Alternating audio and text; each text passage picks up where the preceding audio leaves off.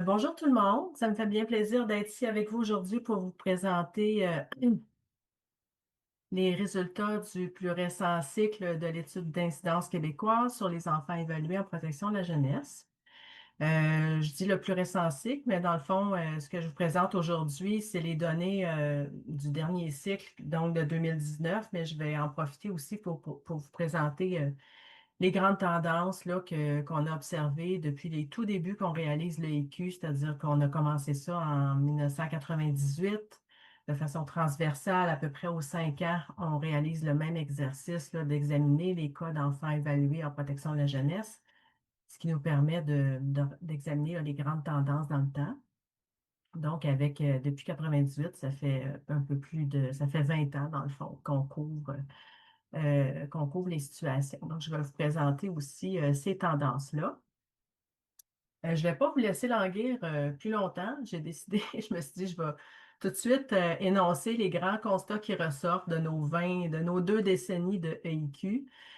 Puis dans les 40 à 45 prochaines minutes, je vais vous expliquer comment on en arrive à ces constats-là. Donc, depuis 1998, les taux d'enfants évalués en protection de la jeunesse ont augmenté de façon vraiment marquée.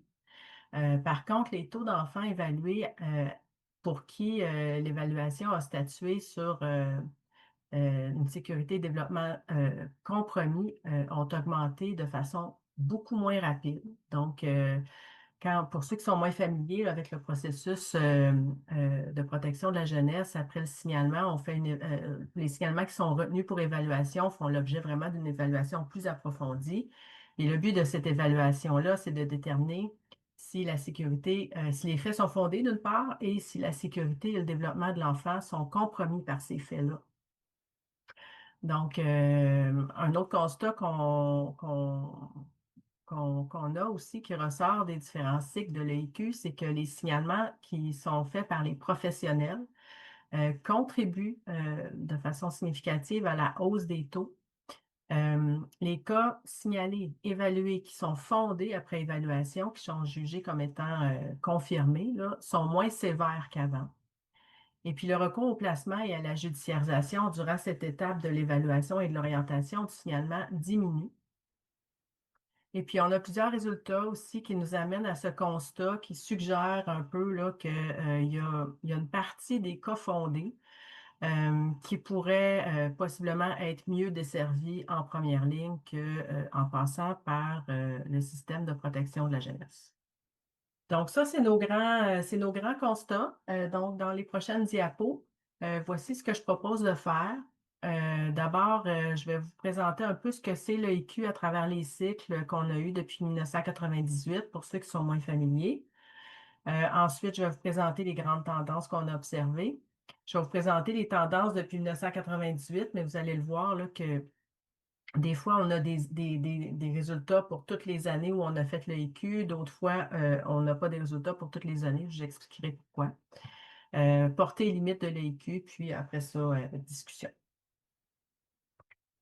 Donc, qu'est-ce que le l'EIQ?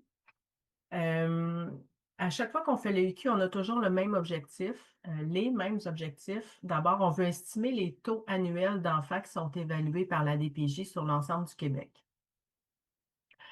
On veut décrire l'évolution de ces taux-là dans le temps. Donc, au fil des cycles, d'un cycle à l'autre, on cible une année différente, puis on regarde un peu comment ça évolue dans le temps. Puis, on veut regarder l'évolution des taux, mais on veut aussi regarder l'évolution dans la nature des situations évaluées en allant au-delà des données administratives ou de ce qui est rapporté dans les bilans des PJ. Donc, on essaye dans chacun des cycles d'aller chercher de l'information qui va au-delà de juste les signalements, les décisions suite à l'évaluation, puis les services rendus. Donc, la nature des situations évaluées, ben, on l'examine en termes de sévérité des cas, en termes de difficulté de fonctionnement de l'enfant, des parents, conditions de logement aussi. Donc, je vais vous montrer tout ça tout à l'heure. Et un autre objectif qu'on a aussi quand on fait le EQ, ben, c'est de se comparer avec les autres provinces, avec les autres pays aussi. Parce que, comme on va le voir dans la prochaine diapo, là, dans certains cas, quand on a fait le EQ, il y avait une démarche très similaire qui était faite dans d'autres provinces canadiennes avec des outils similaires, de sorte qu'on était capable un peu là, de comparer nos taux avec ceux des autres provinces.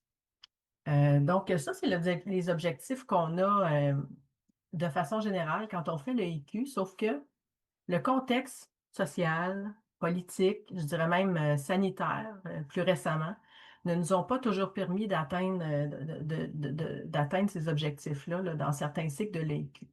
Alors ici, je vais vous présenter les particularités qu'on a là, dans chacun des cycles de l'IQ, puis les particularités de certains des cycles.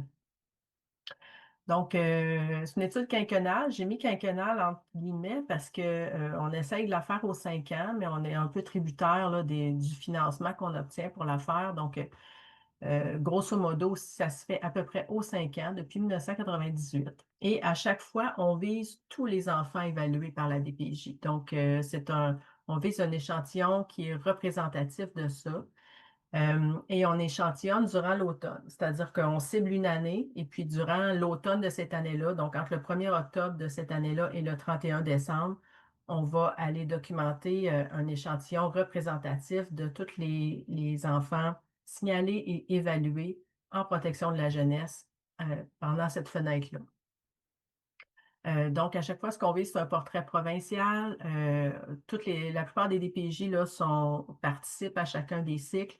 Les seules régions, malheureusement, qu'on exclut sont le Grand Nord québécois, là, donc le Nunavik et les terres cries de la baie James, qui ne sont pas inclus dans ces données-là. Euh, à chaque automne, dans le fond, on sélectionne au hasard un signalement sur deux euh, à travers les 16 DPJ du Québec et on demande aux intervenants de compléter un formulaire sur chaque cas échantillonné pour nous décrire la situation qu'il a évaluée. Et on lui demande de le faire à la fin de tout son processus d'évaluation.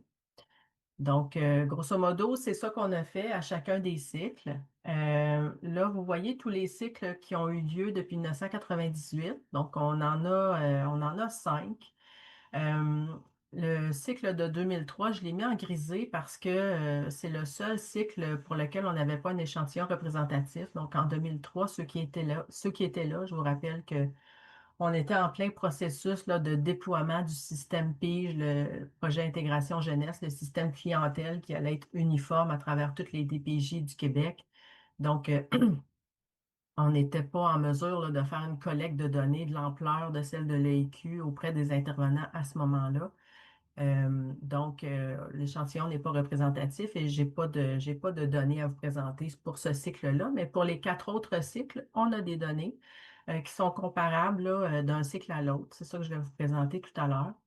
La petite feuille d'érable à côté de l'année, ben, ça indique que, au même moment, avec la même méthodologie, il y a des provinces qui ont procédé à cet exercice.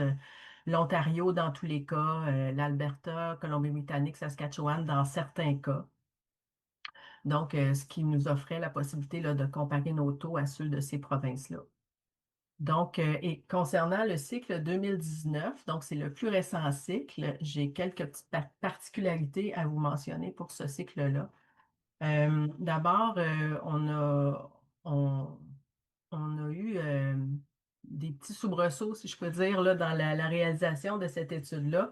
Normalement, de façon traditionnelle, le IQ, on fait une collecte de données, donc directement auprès des intervenants.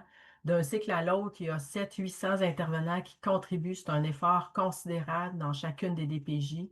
Donc, 700-800 intervenants qui remplissent des formulaires pour nous décrire les situations qu'ils ont évaluées.